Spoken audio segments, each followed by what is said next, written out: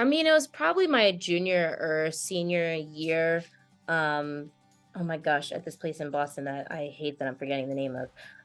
But I went with my friend Mike Scarrett, who is a writer now and lives in LA, which is like kind of amazing that we met doing improv when we were like 12 or 13. But he had been going for a bit, and we had done improv together for a few years, and he was like, let's just go, like, what's the worst that can happen? And it really was like, oh, I mean, the worst that can happen is that you're mortified for like 2 minutes and then it's over, and then you do it again, and then maybe it's less mortifying or more mortifying, but you're just sort of chasing that, like, that thrill. And I think the only thing that made me feel nervous about the adults was like the content was like, oh, is what I have to say like edgy enough or like cool enough or this like stand up when I'm a 17-year-old who goes to an academically geared high school that you take a test to get into. I don't know. But I think there was this feeling because we had also our troupe was pretty good, and so we had done shows with like adult troops and things like that, and so I don't think we were worried about like, oh, are we funny enough or not. Like, it was more just like, are we cool enough, are we real enough to be with these adults. I don't really know if it was confidence or like just like kind of brilliant stupidity, like the best kind of stupidity where it's like you don't really know what the stakes are, you just want to go for it in the best possible way. And I think we also, because we went to the school and like had the parents that we had, it didn't really, to me at least, I can't speak for my friend, but I know to me, I didn't think that this was actually going to be my life path. I think so there was something where I was like, well, this won't ever work out, so why wouldn't I go 100% for it? Like, what do I have to be embarrassed about if this isn't going to be the thing that I actually do? Like, I'll have reservations and make measured decisions for my teaching career, but when I have me time and I just get to do what I want to do, like, no holds bar. I mean, I don't think it was a hobby. Like, I think it was like a passion, but I think I didn't know anybody who had that as a career path whose life felt like mine.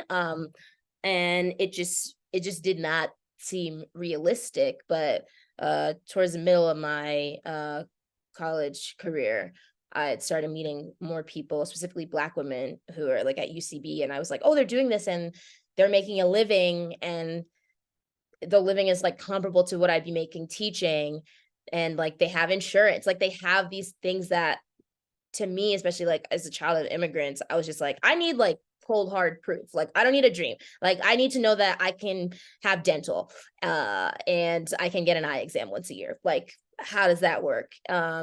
And I think I was like lucky enough to meet people who weren't like, oh, you're so silly, don't worry, it'll work out, or whatever. Like, they were like, no, this is literally how. And it might not look pretty, it might look like picking up shifts on the weekend at a restaurant, or being an au pair, or having a day job at like a theater with a nonprofit or whatever, but you can supplement the life that you want with those things. And when I realized, I don't know, I would rather do that and be happy than always be wondering, then now, I guess. I mean, the most concrete was I just was like, I'm gonna study playwriting now. Like, I'm not gonna be a teacher. Like, and if it doesn't work out, then I'll go back and I'll get my master's, and then that'll be fine because at least I tried.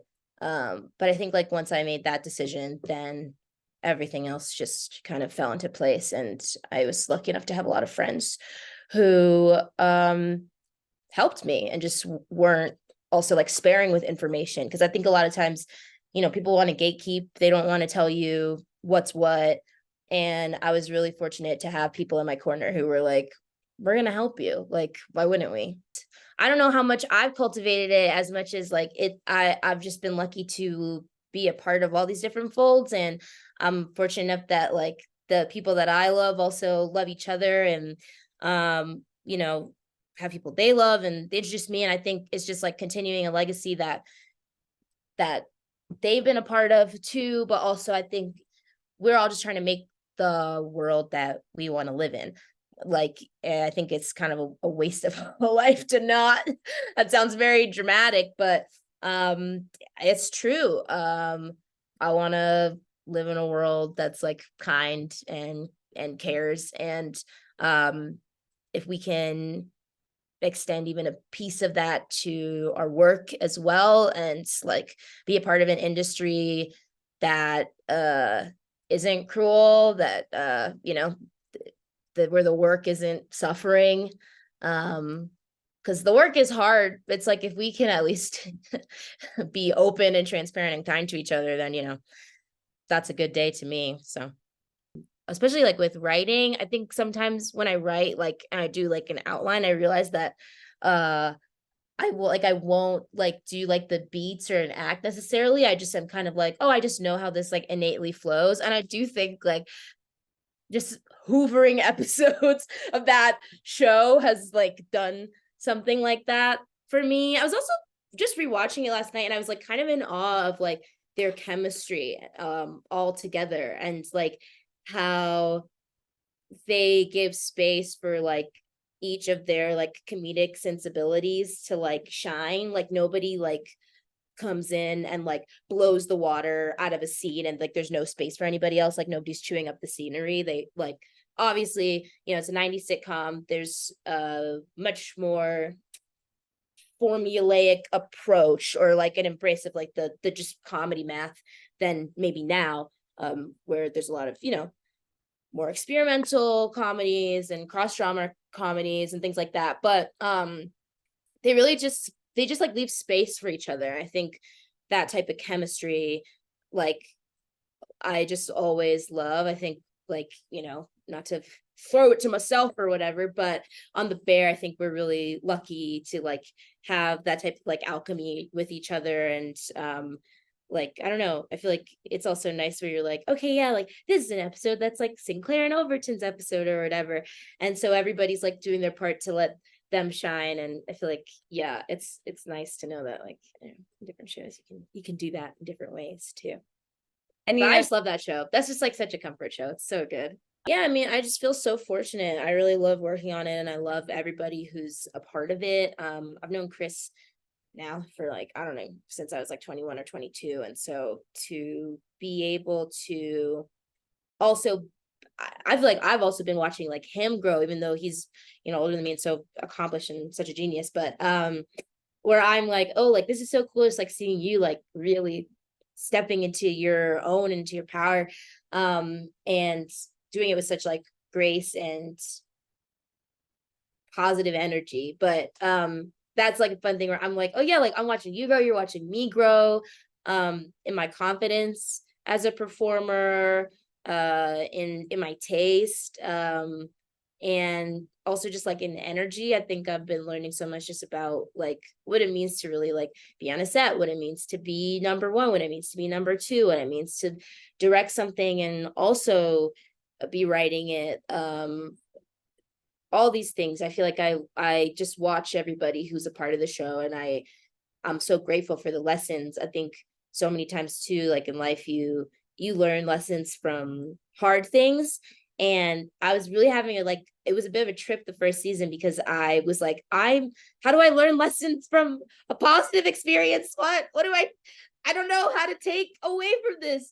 And so that's been something that's been really wonderful too. Where I'm like, oh, I get to learn truly by example. Like, what do I want to set to feel like it looked like when, if I ever get the opportunity to run one, like who do I want to be in this business? And so yeah, this show's been just such a beautiful opportunity for that.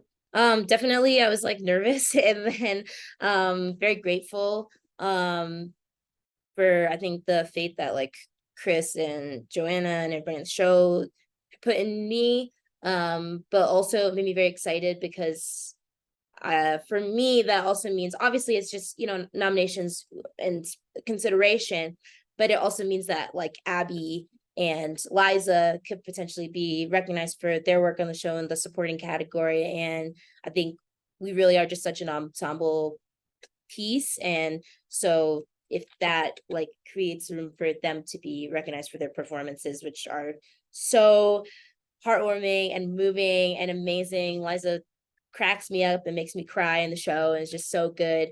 Then that just makes me happy. Yeah, so less for me and and more for them. Genuinely. Yeah.